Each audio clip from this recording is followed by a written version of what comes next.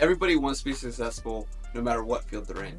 Chances are you want to be a top performer, having a significant amount of wealth, living a happy life, and just full of joy. Seems like the perfect scenario, doesn't it? But when your daydreaming is over, are you willing to put in the work? Many people fall into the trap of thinking that overnight success is feasible, when in reality it's not. It is the constant work that you put in and day out, over and over again. Consistency is what wins. However, when you're in the middle of the race and you see the beginning and the end, you may look at that gap and get lost and think, why do I even bother?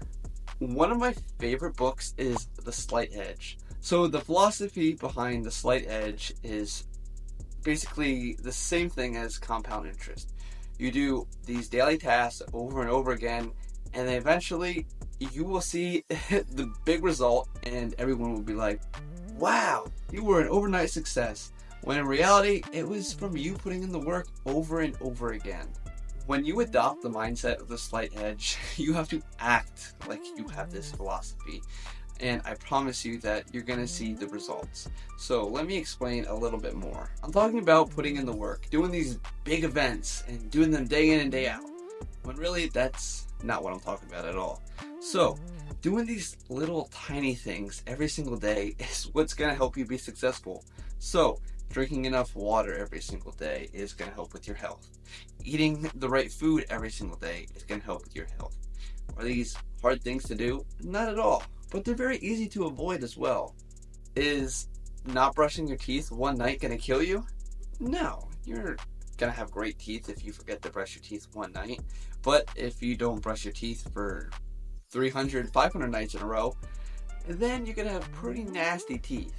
Same thing goes with our diets, as I was just talking about. One burger isn't going to kill you. However, 1,000 burgers, yeah, you're going to have a little bit of cholesterol buildup.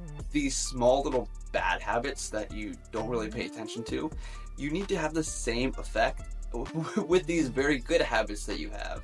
To me, working out is nothing. It's just a part of my day. I do it every single day. However, people may look at me and think, oh my goodness, that guy's on gear, or that guy looks like he just is incredible. But in reality, no.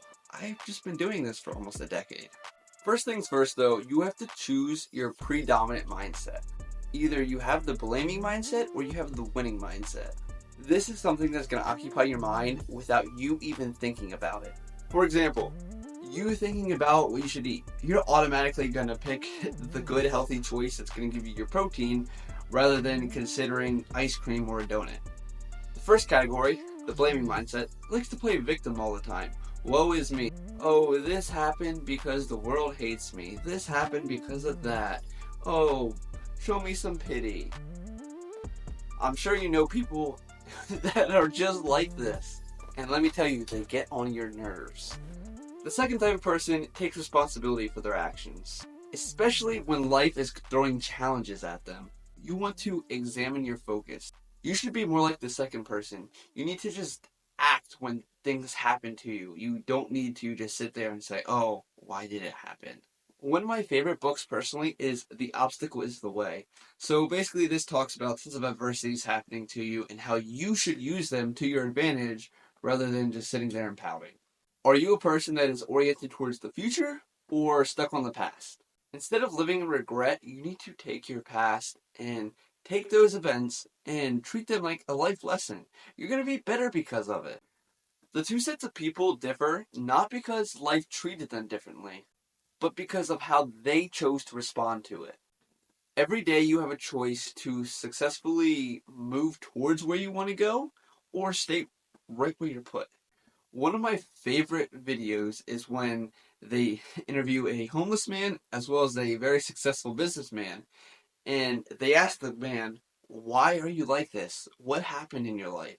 And they both answer, I'm like this because my dad was an alcoholic.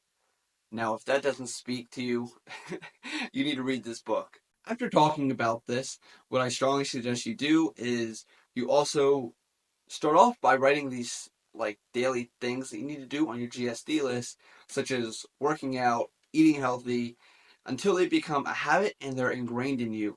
And therefore, you can switch up your GSD list to other tasks that are going to help you improve your life, because these old tasks like working out, eating healthy are just ingrained in you. You're just going to do them. So this is where we want to get eventually at the end of these 6 weeks.